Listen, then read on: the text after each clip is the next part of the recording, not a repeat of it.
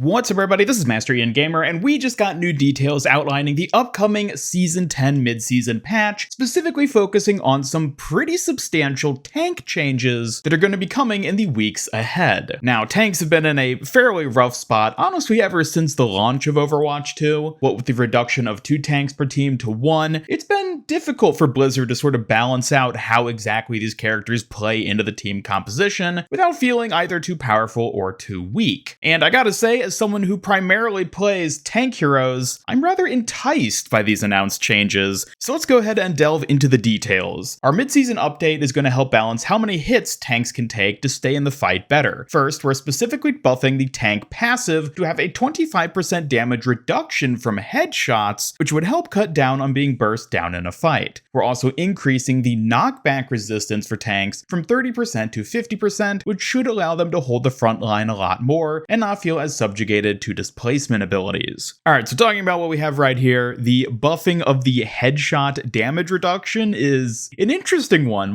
which admittedly I'd never really considered as an avenue for them to take, but I don't dislike the direction of it. I'm really curious to see how this actually ends up impacting the damage a tank takes, since for a lot of tank heroes, the body ratio is actually quite a bit different from a normal damage or support hero. The head tends to be proportionally smaller for a tank than it is for the other classes, so that's not quite as substantial as I think many people may initially think it will be, but definitely will reduce the overall amount of damage tanks are taking. And when it comes to the knockback resistance change, 30% to 50%, this is one that feels sort of unnecessary to me. I feel like that 30% was already so substantial that knocking around a tank wasn't really a thing that happened that much anyways. So I guess they're just a bit sturdier now in that regard. Okay, I guess it'll help make them feel a bit better to play. But moving on, we're also making some global gameplay changes that impact tanks. One is that we're reverting the armor damage reduction back to reducing 5 damage per projectile with up to a 50% maximum. This means heroes like Reaper and Tracer will have more work to do to take down heroes like Reinhardt. Heroes with high burst damage per projectile will still be effective, but these kinds of tanks have better means to counterplay that type of damage. Again, probably a decent change. I am a bit worried what it's going to mean for Reaper specifically as a hero who's not in a terribly great spot. But again, I think this is overall definitely going to help make tanks feel better, feel less like something that just gets obliterated, especially if you are one of the tank heroes who has more armor as part of their kit. Next, we made a light change to our overall HP recovery passive that will enable mobile tanks get back in the front lines faster. The health regen passive for all heroes will no longer recover 20 HP per second out of combat, but instead recover 10 HP plus 5% of their maximum HP per second. This means a hero like Reinhardt will recover their health at 45 health per second in a role queue match. Wow, that is quite the substantial change. Again, one which I hadn't really considered as a method of buffing the tanks, but definitely one that seems pretty substantial. I will say, for a lot of tank heroes with the big health pools, the healing passive of 20 HP per second was not a lot. I mean, it was certainly helpful being able to recover any HP at all out of combat, but this is definitely going to really help them to get up and back into the fight quicker, which, admittedly, as a Wrecking Ball main, is something I am super duper excited to see play out. And speaking of Wrecking Ball, he does have some interesting buffs coming, but first let's take a look at Junker Queen. Junker Queen is getting a buffed commanding shout, which will be activated even if you're channeling other abilities like Carnage or Rampage, and its cooldown is getting reduced to 12 seconds. This change should allow her to be more engaged in intense fights where you need to charge in more quickly. Awesome. I love these changes. Pretty simple, just a slight buff to the cooldown, but being able to use Shout while mid Carnage and Rampage, that is good. That is a very, very good thing to have added there. Definitely excited to get to play with that once these release. But moving on now to Wrecking Ball,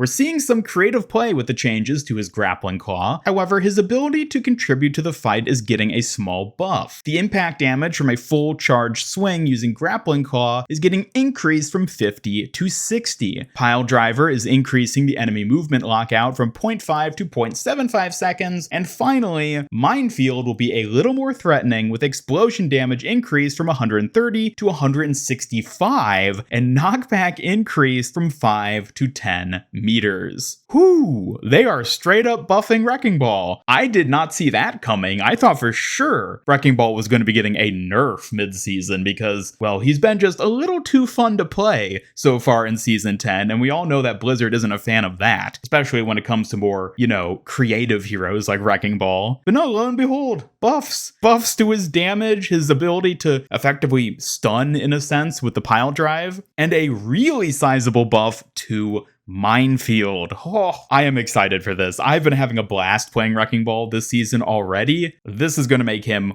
even better. I cannot wait. And last but not least, we do also have a little mention here. Additional changes coming this mid-season include some light buffs for Junkrat, Echo, and Hanzo, but we'll reveal those when you can jump in and take these changes for a test drive when the mid-season patch arrives on May 14th.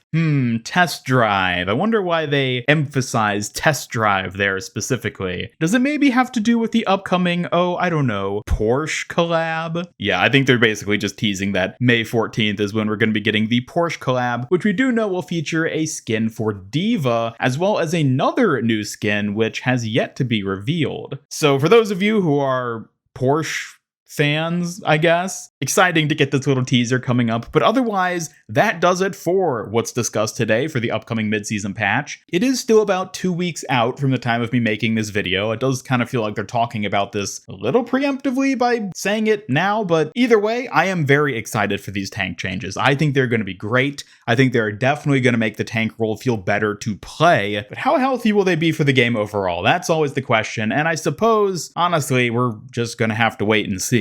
A lot of people hate when tanks are just these big meat bags that take tons and tons of damage to burst down, and especially with some of the changes we're getting here, particularly the reduction in headshot damage, it's going to be harder to take down a tank at this point. Do I think it's going to break tanks by any means, these changes that they've announced coming? No, I don't think so, but then again, I might be a little biased. Ultimately, though, we're really just going to have to get a chance to play it for ourselves once the mid-season patch actually releases, and get a feel for what these changes do, basically. Queen changes sound good, ball changes sound phenomenal as a ball player, but I would love to hear your thoughts on all this in the comments down below. Are you excited for these changes to come to the game? Are you maybe a tank main who's been suffering for just a bit too long now? Or do you think these changes are going to be too much? Do you think they're going to make tank heroes way too strong and annoying? I would love to hear your thoughts either way in the comments down below. And as always, thank you so much for watching. Be sure to subscribe, hit up that bell icon, follow me on X, and join my Discord server to hang out, never miss any of my future Overwatch 2 news streams and other content. Special thanks to my YouTube channel members who help make these videos possible, and if you'd like to join them to earn some cool rewards, then just hit that join button down below. Otherwise, this is Master Ian Gamer signing off, and until next time,